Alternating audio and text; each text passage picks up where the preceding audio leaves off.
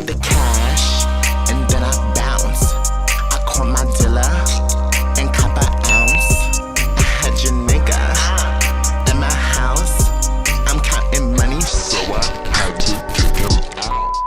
Hey guys, and thanks so much for tuning into the Excuse Me podcast. But before anything else happens, we need you to like, subscribe, and comment. Don't worry. I can wait. Boy toy named Troy used to live in Des Moines. Big dope deal of money. He was getting the coin. Went to shoot out with the law, but he lived in the palace. Bought me Alexander McQueen. He was keeping his his. I'm finna hit an infamous dance.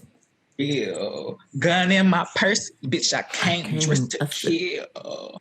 Who wanna go first? I had him. Took a pill. Huh. I'm high as hell. I only took that. Oh, you said that already. Pill. Yeah. I'm on some dumb shit. By the way, what he say?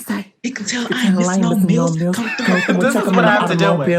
Come on. And, I don't know why Spencer. Look at Spencer trying to sit here like he's not a bar. He very coy. Because wait a minute. Let Semaj start singing Mariah, and here you got the feeling in my soul. You got the feeling emotions. Come on, Spence. He trying to hold it in. He know he want to sing. Come on. You a lamb? You a lamb. He's part of the Lamely. Child. You a lamb. Lamely. Okay.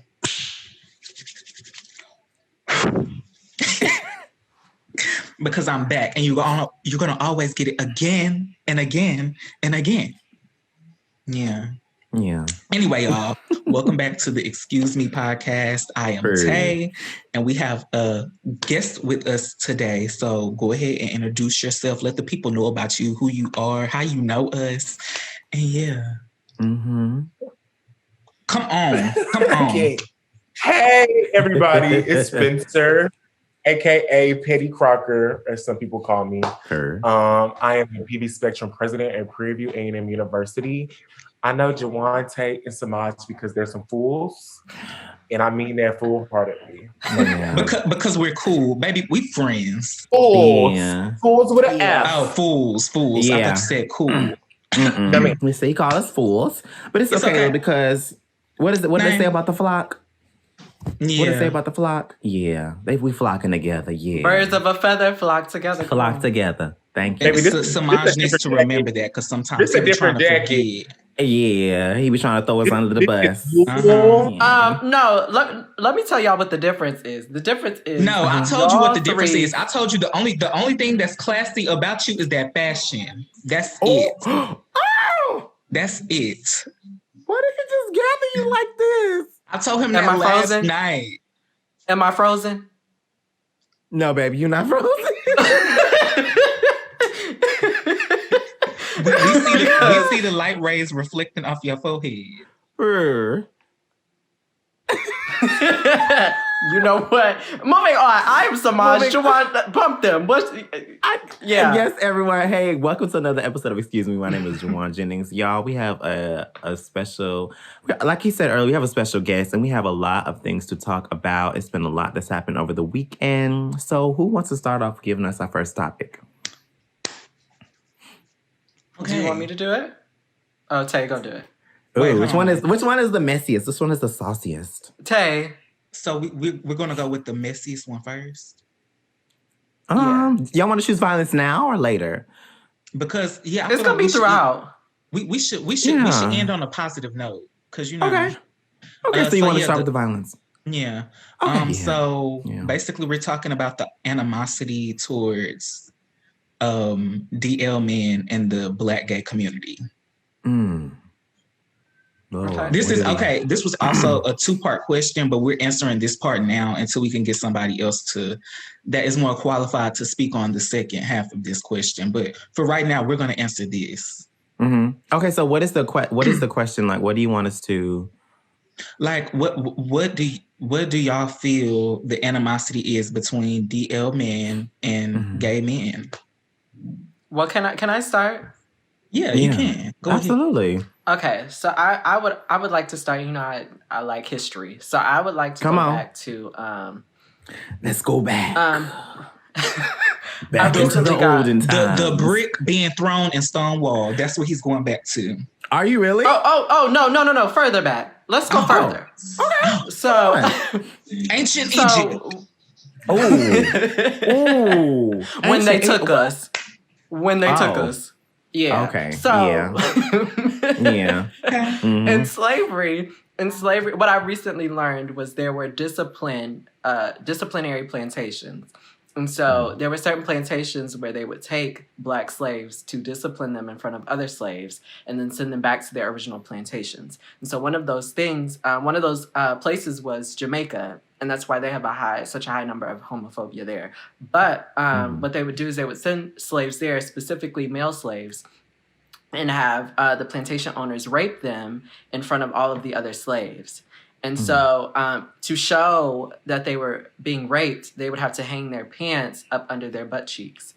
And that was, the symbol for them getting raped. So doing that in front of other people, in front of their families and stuff, definitely, obviously emasculated these men. But I think that was the start of kind of internalizing, for Black people especially, why being gay was wrong. They associated that with the torture and the terror of slavery. So in saying that, coming forward, I think that's why I think one of the questions was like the animosity between Black, gay DL men versus white gay DL men. And I think the difference is, even back in those days, white men were allowed to do that. If you were their wife, if you were the plantation owner's wife and you saw that, there was nothing you could do. You were still married and bounded in this marriage. And I think Black people kind of internalizing that trauma of being gay or whatever comes from that. And so I think both sides are completely different based on the history of that. Okay. Yeah. Yeah, wow. Spencer, what do you think? Like pertaining to the question, or like what? Pertaining to the question. Pertaining to the question. I don't really see the big issue. I mean, I'm not gonna say. How can I say it? I don't really think there's a big deal with animosity towards like gay men's part. No. Toward like between the two. Yeah. Yeah, that's my point. That's what I'm saying. I don't see it. I don't see it's any animosity towards us, but it's also done on their part. DL men have animosity towards us because it kind of stems from like what Semaj was saying, but from a DL man standpoint, they kind of look at it as like, well, you're living your life, you're out there doing what you want to do, you go on dates, you live freely. I can't do that, so I'm jealous of you. It's more of a jealousy thing, right? I have very much envy. Yes. Say, what do you think? So personally, I'm finna choose violence. Oh shit! Yeah. This is listen, what we came here for. No. Listen, I don't want to say I'm choosing violence. I'm just choosing the facts. Okay. So when we're on like social media, Twitter, Instagram, or whatever the case may be, anytime gay men like you find gay men just minding their business, laughing, kikiing about anything, whatever the case may be, and you always have this presence of DL men, like Spencer said, projecting this jealousy, being envious, whatever the case may be. I think it stems from, like y'all said, them kind of like, being envious of the fact that we live freely. And my whole entire thing is nobody has an issue with you being DL. Is it problematic in some ways? Yeah, maybe some, because sometimes y'all do live a very problematic life. Living y'all, it's very Hannah Montana. It gives me you get the best of both worlds. Yeah, that's what it's giving, because you think that you're going to have this straight life and that you're going to also creep on the low like a thief in the night.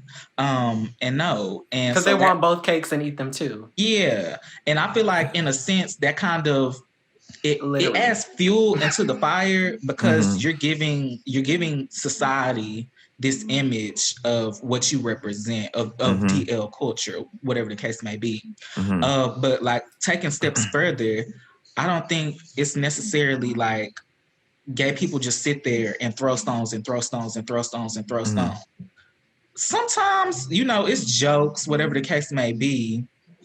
And you know, you have to sometimes unload the harm that you can do when making jokes. So I will take accountability for that. I will be like, you know, that's the issue. But at the end of the day, I don't think a lot of DL men throw stones like continuously, like all day long.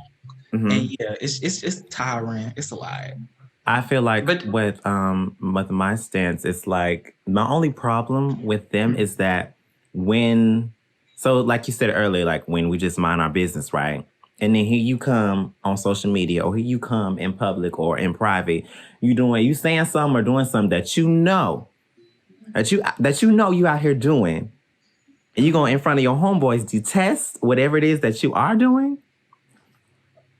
When you could just be quiet. When you could just be quiet and it has nothing, and it's none of your business. Yeah. It's none of your business, and you and then want to get mad when you get exposed and when you get outed. Right. So now it's a big and then here you come to pick me gays. Oh, you shouldn't have done that. You shouldn't have exposed him. He had a life, his family. What about his baby? Girl, was he worried about that damn baby when he said faggot on the internet? Oh, was he worried about that baby when I was inside your house while you was at work when I was eating them fruit snacks and you ain't tell me that them was them baby's fruit snacks? Oh my God. Oh my God. Yeah. Oh my God. Yeah. Wait a minute. Talk about the reversal of gay energy and you out here sucking in the library. That's too specific. Hey. Because you just read somebody. But I did. But do you feel that that white gay Wait. Do you feel like white gay download men do the same thing? Let me tell you this, and this is what the difference is, because I kind of touch base with this answer a little bit. I feel like when it comes to white gays, they fetishize everything. So that is the issue with them when people want to make the generalization that white gay men don't bash DL men, because they fetishize that culture. Yeah. They seek that. That is what they love. They fetishize Black people. They fetishize people of color. They fetishize DL culture. They fetishize hood culture, which is also intertwined a little bit. It's like a subtopic or subculture and Black culture. But so they fetishize all these things. So I think when you're trying to use that as a correlation to Black men, it's not the same at all, because that's a fetish, and you can't sit over there and try to make it seem like we're wrong because we're not fetishizing something that isn't healthy. It's not healthy at all, and you're not gonna make me feel bad because I don't like that and I don't seek that. And I'm not part of that, or that's not what I am, baby. You can't make me. My whole thing is. Kind of piggybacking off of JeJuan, I have nothing wrong with that. If that's your life, you live your life how you want to live your life. If it's not harming me, because I'm not subjecting myself to that lifestyle, because that's what it is. It's not a sexuality. It's not a expression. You better say it's not a sexuality. Let's be clear. It's a lifestyle. Let's be clear. Let's be clear. I don't live that lifestyle. I don't navigate between the two spaces. Wait, it's giving condoms. Yeah. And Spencer looking. I know Spencer over there being shady in his head. I mean, we're gonna crack him. We're gonna crack him. I'm just thinking about the fact that people really think that, like, oh, I'm DL is like them saying, like, I'm not gay, I'm not bi, I'm not pan.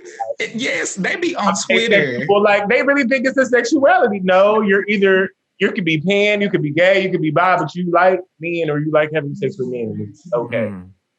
Yeah, but being DL is not a sexuality, and that's what they think. So like I said, you're not going to make me feel wrong for not. Have I dabbled in it before? Yes. I don't seek it. Okay. Let's just get that clear. I've dabbled. I don't seek. I don't just go out there and be like, yeah, that's what I want. Sister, stop. So, well, I don't care. I think I don't care. Everybody here on this panel. Yeah. I don't really care whether okay. Whether you are, whether you aren't, and is. Whether you are or whether you aren't, I'm gonna still be private about it, but my friends gonna know. So I don't. And sooner or later, once you're true about yourself, everybody will know, and you will feel so much freedom. No. The funny thing is, people know. That's the thing. The girls know. You move like people don't know, but and the thing is, that's the funny thing about it. People are just being respectful. The thing that you're scared of, people already know, and they're being respectful. They're respecting your privacy because they're like, oh, that's your business. That's your business. I'm not gonna do that. But then when you come out, guess what? Everybody's saying, yeah, we already knew. We knew. We was just waiting for you. You, baby. We accept you and we love you for who you are, and that. And y'all just sitting there like, girl, and you done wasted half of your life trying to uphold this heteronormative trait or this, this personality. Lifestyle. The lifestyle. Yeah. The lifestyle. Thank y'all. Because I was over here getting beat up trying to flip through pages of the dictionary. You had to restudy your dictionary. I had to restudy, honey. You had to restudy your dictionary. Please. But no, like, and people know they're just being respectful. Right. Yeah. Because I will say this. Yes, I experience homophobia. It's not something I wake up and experience every day. And people aren't just walking up to me every day. Keep in mind, I said in the past that I am very presenting, like I don't get to pass. I don't get the safety of passing as straight or as this masculine person. People see me and they're automatically, because you've always been who you've always been. I don't experience homophobia every day. I wouldn't even say like, it's very like, very, y'all know what I'm trying to say. I have a question though. I know we have something to like talk about after this, but you just brought up a great question.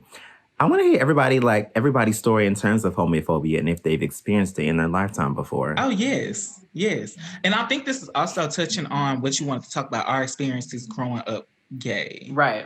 Oh my God. Yeah. So I'm gonna just go ahead and answer the experience of growing up gay. Or should we wait? Do you want to wait? Yeah. That's a whole different video. That's an hour-long discussion right there. Well, you gonna have it. Well, you gonna have it, boo. You're going to have it here on the Xcuse podcast. Pure. Because that, we can talk for days about that. That's what I'm saying. But okay, so I'm gonna just answer the homophobia part. So as a kid, like we had this conversation before. A lot of us were called gay before we knew what being gay was. Yeah. And a lot of people said that about us before we had a wholehearted understanding of what being gay was and what it held or whatever the case may be. So as a kid, like in elementary school, this is like early on, and that's why I say people try to sit here and say they think their kids aren't ready for these topics, but your kids are already aggressively homophobic at the age of 5. Yeah. At the age of 5, your kids because they hear you say it. And no, because they hear you say it. Thank you. They learn it from their parents. They think their kids aren't ready for these topics, but you discuss them violently in front of them. So your kid isn't ready. Your kid isn't ready for you to sit down and have a educating discussion, a discussion that can educate them. But you can sit around here and ignorantly talk about people, because a lot of parents also say things that are racist or prejudiced around their small children too, but they never want to open up the topics of people being different and people being different races and people being different colors and people having different religions, different origins, different languages, different styles. Your kids turn out being extremist when it comes to sexuality, don't forget musty, race, gender, and religion, because you have 7, 8, 9, 10, 11, 12-year-olds that are out here. If you're not Christian, you going to hell. That's the devil's religion. Hold on. And then how are y'all cussing? How you already saying the word fuck baby at the age of 12 and you don't know your name? Okay. They out here rapping your name. They out here rapping full young boy lyrics, but they don't know their ABCs and 1, 2, 3s. They don't know their name. They don't know their address. Baby, they don't know the times table. They don't know their mama your name. number? What's your mama? What's your mama name? What's your mama? What's your daddy name? Daddy. How you spell it? Wait. Yeah, go back and restudy your dictionary. Period. How do you know cuss words? How do you know cuss words before you know your own address? How do you know? Because listen, and this goes back into that parenting topic. Y'all want to bring up everybody else's parenting skills, but piss poor with y'all own. Piss poor. But y'all want to sit over here and say we're breaking generational curses trauma and curses and being hood healers and things like that. What are you healing, baby? What are you healing? Baby, y'all be poor all the way down to the education.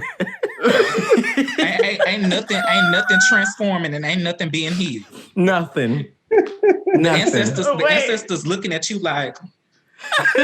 And wait a minute, you can bathe it in the blood of Jesus all you want to, but it's still gonna be musty if you don't fix it. Baby, they gonna wake up in hell. That's what they gonna wake up. No, this is not it. No. I did everything right. I followed the first 2 commandments. I wasn't gay. Please. Not the first 2. And girl, it's because you were problematic and ignorant as hell. God didn't give you a brain to be a dumbass. And that's the thing. A lot of y'all, and no, this is really what I want to say. Go ahead, yeah, because we get to that point. You're not seeing the gates of heaven when you leave this earth more ignorant than when you came here. Yeah. And a lot of y'all think y'all are growing like, oh, I'm so smart. I know everything. I'm growing spiritually, mentally, physically. Yeah. Y'all been walking backwards. Y'all been on a journey. Y'all's journey through life has been moving backwards. You ain't did no progress. Go ahead, Maj. So what I wanted to say to touch on this specifically. I was listening to Invisibilia, the podcast, and I don't know if y'all have heard of it, but they talk about invisible forces that impact our daily lives. So I listened to an episode talking about emotion, and basically they were talking about the body. And when you're born here, those first 7 to 8 years are pertinent to when you soak up information. So those first 7 to 8 years is how you learn how to navigate this world. Now, also, you're also born with 4 types of emotion, which is like comfortability, uncomfortability, arousal, and there was another one I can't remember. But they said all those other emotions like fear, anger, all that stuff are tropes that you learn from other people. So they were saying it's much like they brought up the Ferguson situation of cops and the biases of that and how you learn in the first 7 to 8 years, you're learning that Black people equals this. So when people talk about like gay people and all that stuff, when you hear it at a young age and you're in your mind, you're telling your brain that gay people equals this, and that's what you're growing up as. You have to learn how to reshift your thinking. And a lot of people shift their actions and don't shift their thinking. That's a survival skill. Or they think they're shifting their actions and they just shift how they talk. Did you hear what you just said? That's like a survival skill. No, but that's the thing. And how he said they think they're shifting their actions, but they're just shifting the way that they talk. Because a lot of y'all think that, oh, I love gay people. I'm not homophobic, but you treat us like accessories. You treat us like we're a Birkin bag on the shelf that you can't afford because, baby, you can't afford me at all. You're not worthy of my energy and my presence in your life. Because I know who I am. And I know what I bring to the table. but no. Why is Tay giving me very much, I am healing. Very much, I am better mentally, physically, spiritually. Please. But no, that's the thing. Like, wow, because that's true. And I never heard those words used to describe it before. You just shift the way that you think, because when you behind closed doors with your other straight friends, y'all definitely are being homophobic as fuck. But then you think me asking me for head. Well, okay. Well, I want to talk about Why your man letting me eat your baby fruit snack? Hey, if your lady, please. Wait, and then wonder why they ain't got Scooby-Doo left on the shelves. I just want to know, what type of fruit snacks was it? It was them little, baby, I was going to say the ones you can buy with the EBT card. It was you can buy anything with the EBT, baby. It was baby, you over somebody's house that's using the EBT card for fruit snacks? Wait, what's wrong with that? we was at grocery. We were in college, baby. If I could have got that EBT card, I would have swiped. Look, baby, listen. Semaj is over here with his open casket on in his shirt. He said, "I've never had that emotion, never felt that, never seen an EBT card." EDB, EPT. I don't know her. He said, "Well, since y'all want to talk about." But since y'all want to talk about me, grand, I would like to talk about our personal experience. Okay, so I will only speak on one of mine because I think it's very valid now that I'm older. Really quick, growing up. Okay, so I went to a private school up until I was like 8 years old. It was a Black private school. And all those students that I went to school with, we went to church together. And my grandmother worked there. So it was a pretty much like safe environment for literally everybody. I don't remember any types of problems. So then when I moved to Houston, and it was a drastic change. Okay, all white school. I was the only Black kid in all of my classes. So that change from being like in a safe environment to being like not in a safe environment was completely drastic. And so not only did I get the groups of people coming to me asking, "Are you gay?" or people saying, "Are you a nigger? You're fudge. You're..." So people were saying all of those things at the same time. Yeah, saying those things at the same time. I remember at 8, 9 years old. And I remember specifically like one incident where a group of guys were playing like basketball and I used to play baseball or whatever. So I would just go over there and they wouldn't let me play with them. So moving on, like from those experiences of having specifically like men treat me like that, I had gravitated obviously towards girls and having those type of friendships. So to this day, I don't really have a lot of like really like guy friendships, and most of those friendships are other gay guys. But we were talking about this the other day. Spencer is self-reflecting. Yes, it's the way. I want Semaj to finish. Go with Semaj. Go ahead, Mr. Therapist. Come on. So we were discussing this, and I realized that I don't want to say that I'm afraid of guys, but I think having that PTSD of those moments, whenever I'm around a guy, whether it's straight or gay or whatever, it does kind of give me that like uneasy balance because why is he crying? Those moments, which is I can't stand y'all. So which I think having those experiences with other guys is very hard for me, which is why I don't like talk easily to other guys. But, wow, you really evaluated yourself here. Because I had a girl say, we were performing and we went out to IHOP afterward, and it was me, her, and another one of our coworkers. And we were talking about them dating, and I didn't say anything. I was eating, child. We was at IHOP. So I was eating. And Semaj always minding his damn business. And do. So, but I peep everything. Yeah, you do that when you can mind your business. So, okay. So she said, "Well, Semaj, I think you're complicated." And I was like, "Complicated?" And she was like, "Yeah, with dating." And I was like, "Well, what's complicated?" Because I genuinely wanted to know, because I was at a point where I was trying to figure out why were certain men coming towards me and why wasn't I getting like just certain types of action that I wanted in my life.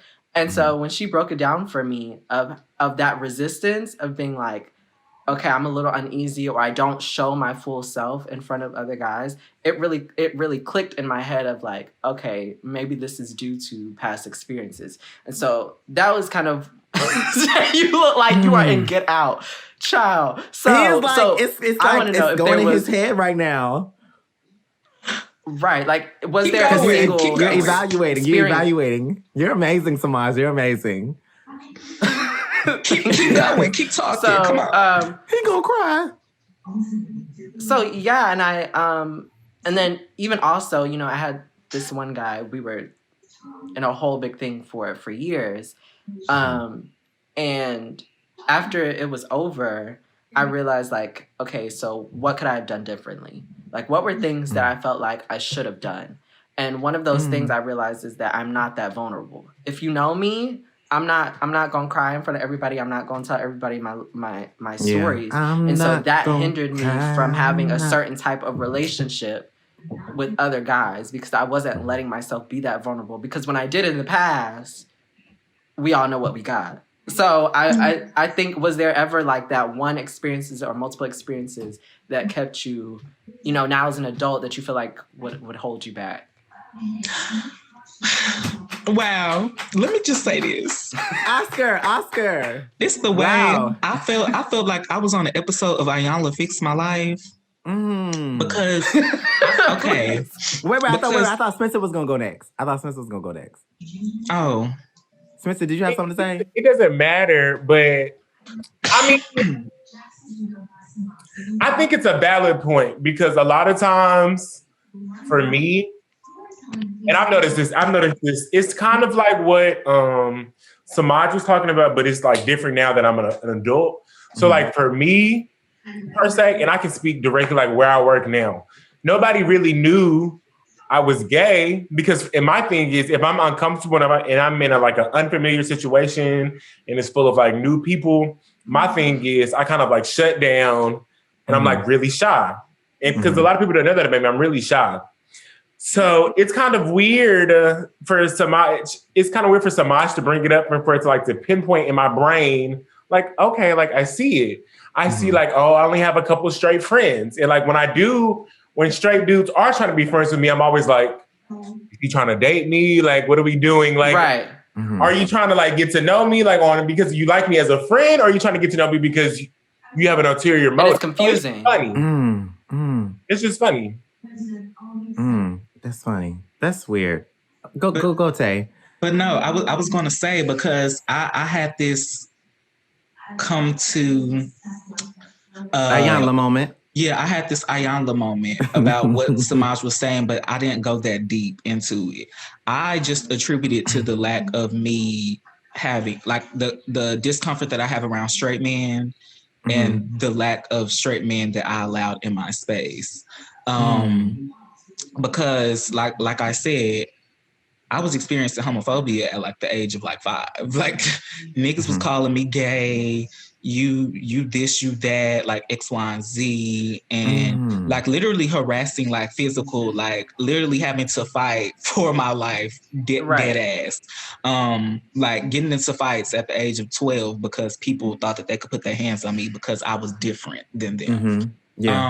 So that kind of put up that wall to where I'm just like black man needs to stay over there. Like, girl, I don't mess with y'all. I don't interact with y'all. I don't share the same environments with y'all. If y'all are, if I'm in a space and black men come around me, and I don't want people to misinterpret this because this is very valid, but it's not saying that I necessarily feel like my life is in danger, but it's my anxiety and my level of comfortability because of a traumatic experience. And everybody has traumatic experiences, but this is also going further. Like, this is a lot deeper than what it is. And I'm not finna divulge in my personal experiences to that level, but I have had very traumatic experiences. And I've realized, like, through self-reflection and talking to like professional people, that a lot of these traumatic, or a lot of these coping mechanisms that I have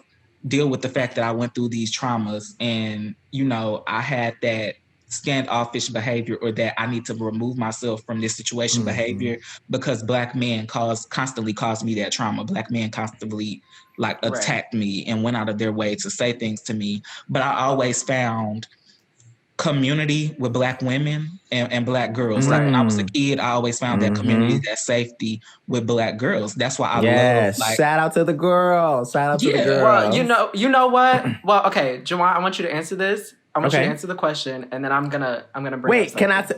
I think if I delve into my story, it might go ahead and attach with what you might. You have a question for me, or? Okay. No. I just want to hear what you have to say about what I'm gonna say. But you. Okay. Well, finish saying, and then we'll get to you. Oh, so yeah, like it took time to like unlearn those things, but I told that to a friend, but I didn't dive down into it affecting relationships and like just the expand on it. It was kind of very narrow. So when Semaj was saying all that, I'm over here like, wow, girl, this is Ayamla. Like, yeah. But JeJuan, you can go. Go ahead. What's your question, Semaj? Well, no. I want you to explain your experience first. Because ours kind of overlap, but then I'm going to bring up something, and I just want to hear what you have to say about it. Okay, got you. So we're talking about experiences not only with men, but in terms of growing up, correct? Yeah. So, we already had this discussion in a earlier episode on, for me growing up in terms of myself, people already knew that I was gay or that I was different or that I was the other. And so the question did come up. It was always a lot of teasing of, okay, think back, 5th grade, 4th grade, 3rd grade, little old me, my little glasses on, wild curly hair, little wild cornrows in my hair. People asking like, y'all know that question. Are you? Yeah. Right. And after a certain point, I'd be like, yes. And then I run. I kid you not, y'all. They'll be like, are you? Yes. And start running. So they couldn't ask me any more questions. After that, baby, you already know we don't need to talk. We not friends. We need to discuss nothing. You don't even know me, and you asking me what? That was kind of like that was kind of like a deflecting thing he from was me. running for his life, and I could just picture it. It was kind of like a deflecting thing for me. So I mean, but everybody always knew that I was different. Even my parents knew it. Like the whole family knew, right? Yeah. And then in terms of men, like dealing with other men, and with, like I said earlier, we had this discussion early on an earlier topic of Excuse Me. I don't allow people in my life that I know is either sketchy, very negative, very bad energy having.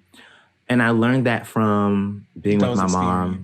Those experiences, I learned that being with my mom and my grandma, because I grew up with both of them. And let me tell you, them is some strong Black women. Oh my God. When I tell y'all, I don't know what I would do without having that Black female perspective, right? Because watching them, it's kind of like I was gaining wisdom from them.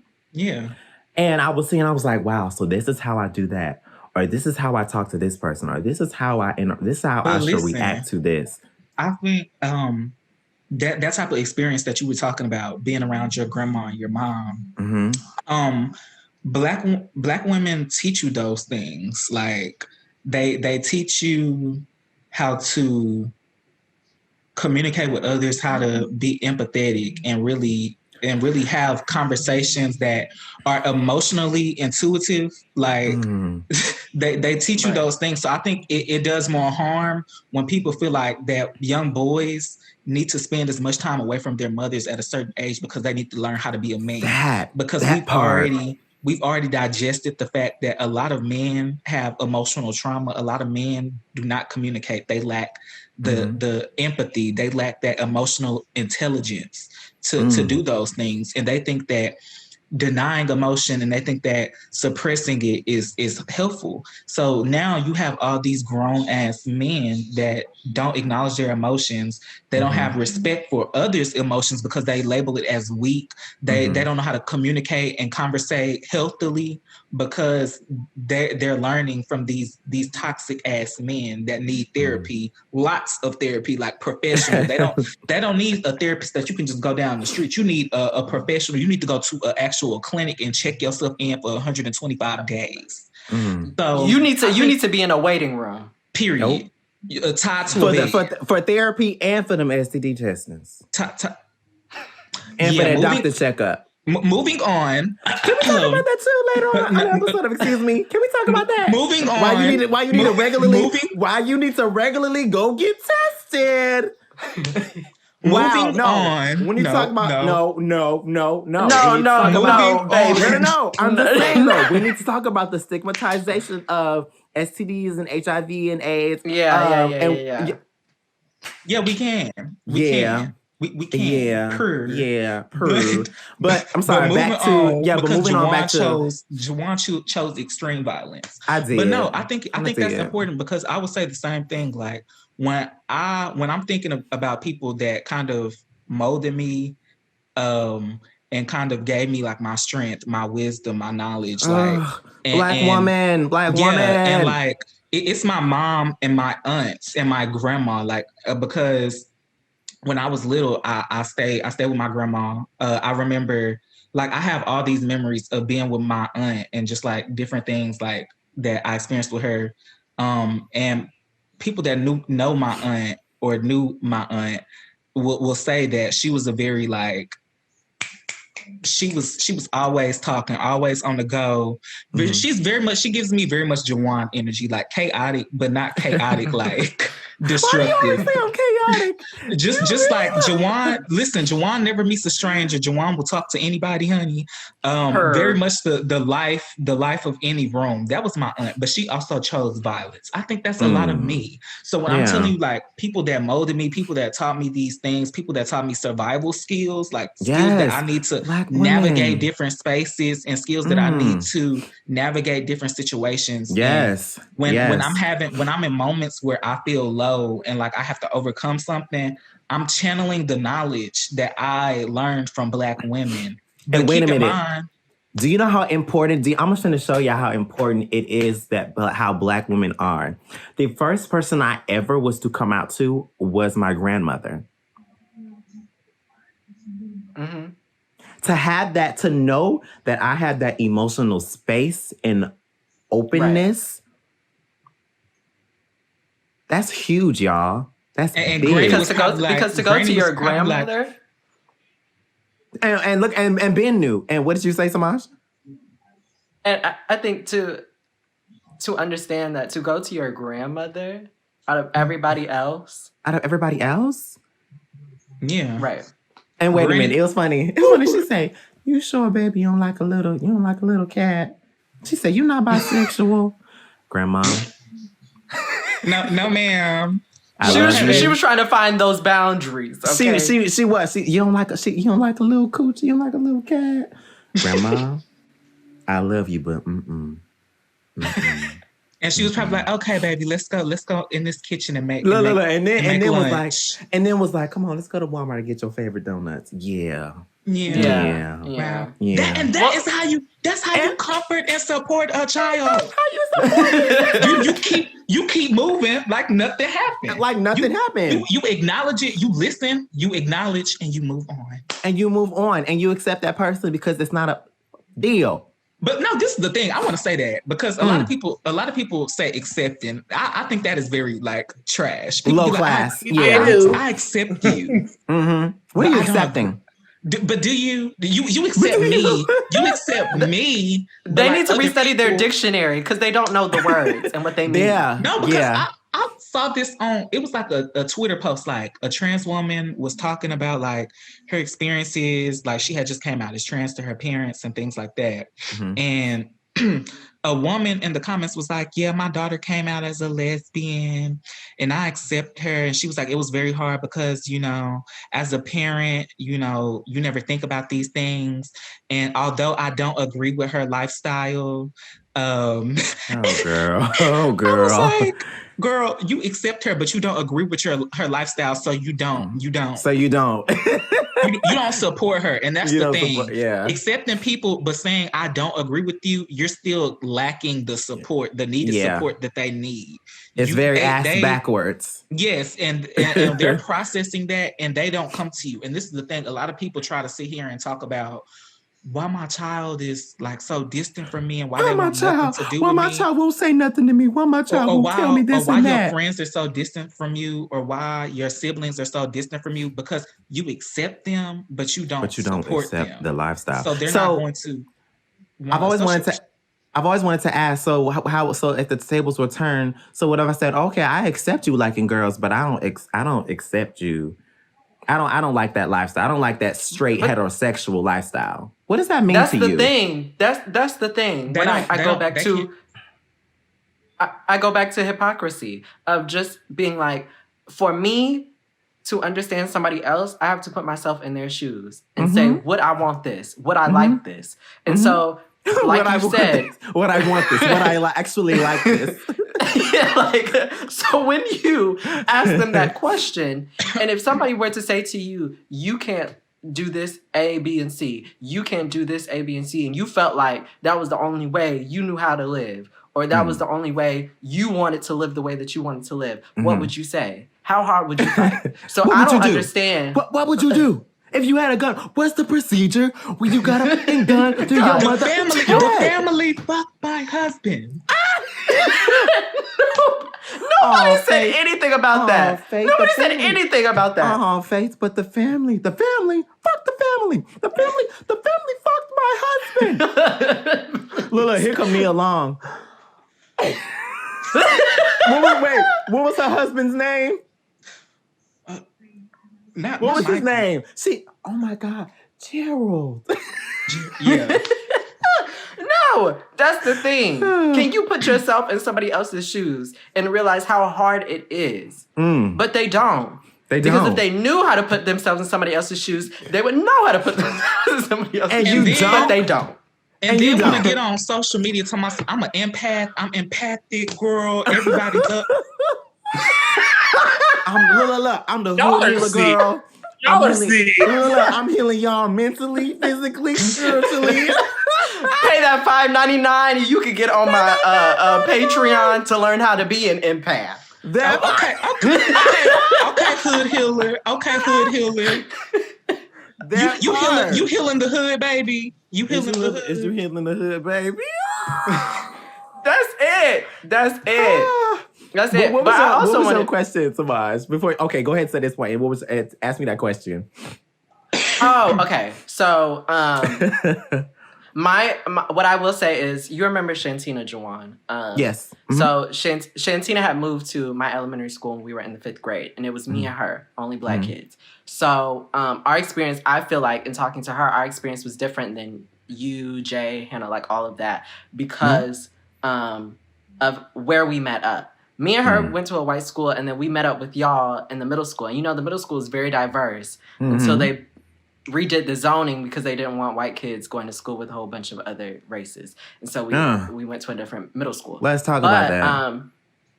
But that impact that had on us, because for me and her, it was all of the other Black kids didn't want to associate with us because they felt like we were too white, obviously, because we went to school with other white people.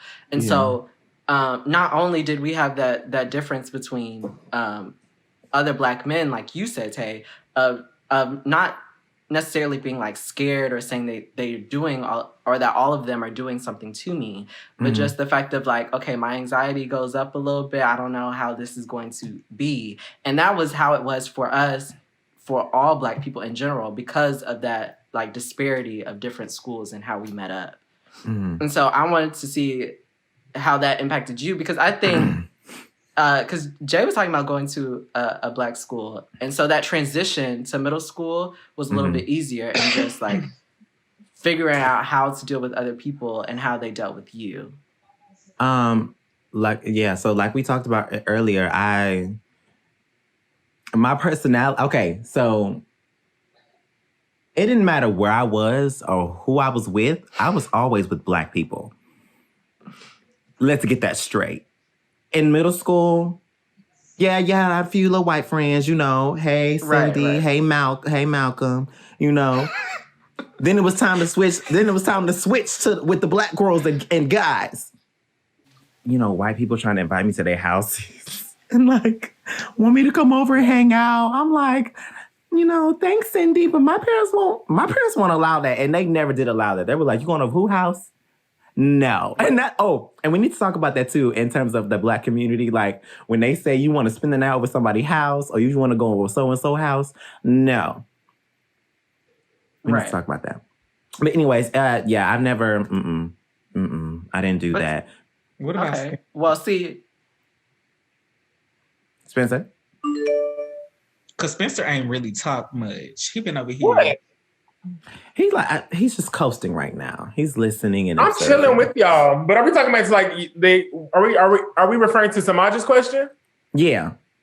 Well, I don't, because I was actually thinking about it when you were talking. That's why I was like, because I went to school with, I don't know. I can't think of how Mansfield, Texas is. Girl. It was like a good mix for me. Like I went to I'm going to say like it was one of the blackest schools in the district. Mm-hmm. And I went to one of the blackest schools in the district, but I went to school with kind of the hoodest black kids in the district. That makes sense because they were from the subsidized housing. No shade. Which Mansfield did you go to? No, which Mansfield did you go to? I went to Summit.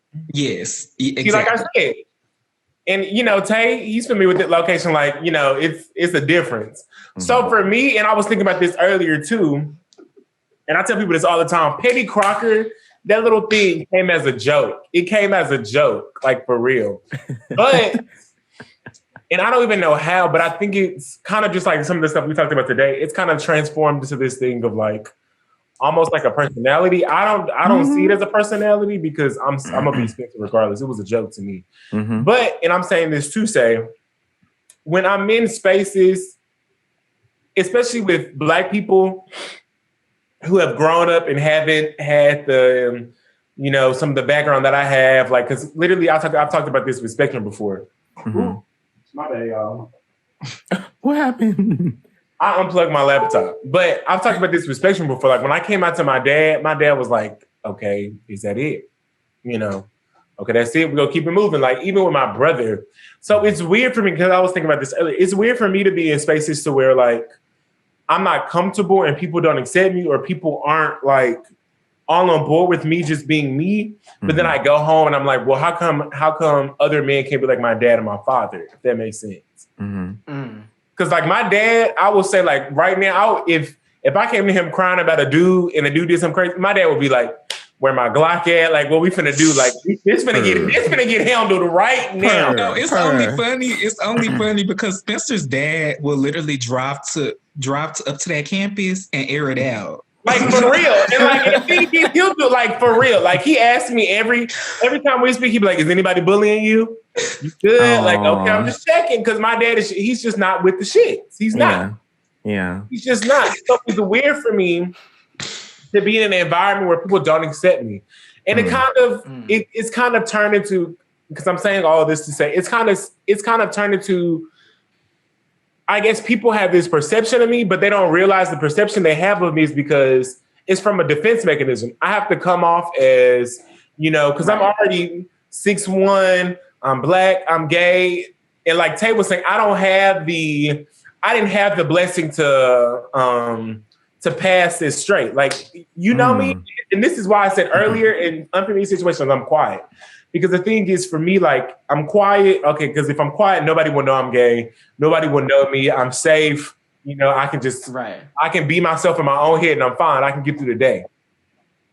But eventually things come to a point where people are like, oh, you're gay, you're this, you're that. People know you. So on the flip hand of that, I have to turn into like, well, I have to have a little bit more personality. I have to have a little bit more zest. So people know, like, I'm not the one to be fucked with. I will fight. I can fight. I don't want to fight, but I will whoop your ass. But it's just a lot. It's a lot. That's making me think of that Erykah Badu tweet where she was like, this 10 instance could turn into Colt 45 in Newport. Like for real. Because I also learned that same thing that Spencer was talking about. Like my personality now is because I realized like, everything that you've been through, it's molded you into who you are now. Yeah. And I know that I have to show people, like when I meet people, I have to meet them and let them know from the jump. People think I'm mean and standoffish or whatever the case may be, but it's just because from the jump, you are going to understand that you're not going to cross me, you're not going to play with me. Mm-hmm. Because like Spencer said, I will whoop your ass. And I think it's important. Like for me, no, finish what you were saying, Tay. I don't know. I was going to say, I think it's important for like us, like people who grew up with those experiences of people like going out their way to say shit about you and do stuff towards you. Like you learn that you have to show people that you with it so they can just be like, oh yeah, no, keep it pushing. Because it's a lot of people, especially I learned this at PV. It was a lot of people at PV that when we came into situations where we were clashing, they kept it a lot cuter than what they would give to somebody else that really didn't show that side of them. because I done been at people's heads and we done been at each other's throats, and I'm like, okay, what's up? And it moves, it shifts, it's just over with. The wind blow, another day passes. And that's the thing. That's why my PV experience, I think, was completely different than everybody else's, because I came from a place where everybody was open. Everybody was just doing whatever they wanted to do. And I wasn't used to that. And so when you go from 14, 15 to 2021 being open, and you go to that place and see all of that, I was very like closed off. Like I will always say, I came into PV with the same friends I left with, because I was not messing with none of them people. Baby. But but learning how to navigate that was difficult.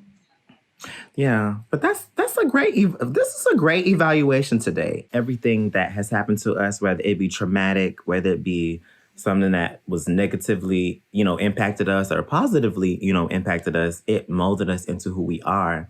And as we grew older, we just blossomed. So, yeah. Because we were able to unpack those experiences. Yeah. That's right. Yeah. I was going to say something rude. Let me not. What you gonna say? Spencer, say I can't say it. Yes, you can. Yes, you can, baby. I just say it on here because it's about somebody. I can't say it. Oh, yes, you can. Go ahead, Go Spencer. ahead. We choose violence on the show. Exactly. He has never been one not to choose violence. So go ahead. All I'm gonna say is, and it kind of talks about like JeJuan's point of blossoming. All I'm gonna say is, it's a couple people that if they would have known me 4 years ago, we would have fought by now. That's all I can say. Oh yeah. Oh yeah. Very, very. No, I think it's the opposite for me. Back then, I wouldn't have. Now, yeah. Yeah. I get it now. Okay, yeah, I get it now. Yeah. Well, moving on. Psyched out. Wait. What did Nicki Minaj say? Child. Anyway, let's move on. She said, let's move on. Oh my God. Well, in Psyched Out, I wanted to continue this conversation, but I know we talked about parenting. So there was a study done between gay and lesbian families versus straight families. And how there were no psychological or sociological, emotional traumas or bad things that were any different from their households than straight couples' households, obviously. And in some cases, in straight households, they were more harmful or traumatic for their kids than in any other sexuality. So they were saying that, literally what we were saying last week, that because when people don't feel secure in themselves, in their household, in the way that they make money and the way that they express their feelings, and they have a child, it causes, trauma in that household. And so they have more experiences of that simply because gay people and lesbian couples have to really decide whether or not they want to have a family and do the work that it takes to have a family in that option of choosing. And so do you guys think that because of your experiences, that your parenting would be better? Yeah. As absolutely. A gay person? Absolutely. You can't break a generational curse. You can't be a hood healer if you're doing the same things that your parents used to do that now is not right. But no, I think, because I won't make the generalization, because there are a lot of LGBTQ people that still have not unpacked those traumas. But I would say for the overwhelming majority that I know from my experience, like we have that empathy. We understand that alienation. We understand being pushed aside in society. So we understand the importance of support and love and nurturing and things like that. And we're so used to it. Like there were so many like older people that I will say older people in the community that have gone out of their way to educate me on things and kind of like check on me. And when I was in school, like, how was school going? This, that, and the third. Like, just being like very nurturing and parental. It's like a trait that we have within the community. So I think like when you do bring in a child, you already kind of had that kind of experience with nurturing and, like I said, being a parental figure of some sort in some way, or a mentor, whatever the case may be, that you understand and you know the importance of being a positive like role model, and learning like positive parenting traits and skills and things of that nature. So we are. Yeah. And just like a quick little put in, I think not only besides like being LGBTQ, I want to like talk about the Black community as well. We need to do better as a whole when it comes to like families. We don't have families anymore, and we'll get into this like another conversation. There's another conversation for another day, but I just think that the Black community should do a better job of talking and communicating with each other, because I think that's where it falls. Yeah. Spencer, did you have anything to say? I want to be here for that family conversation. Oh, you want to be here for the family conversation? I do. Oh, well, look, we bringing Spencer back. Child, they're more than likely to see Spencer. Yeah, they'll be seeing Spencer again. Okay, well, we love to see it.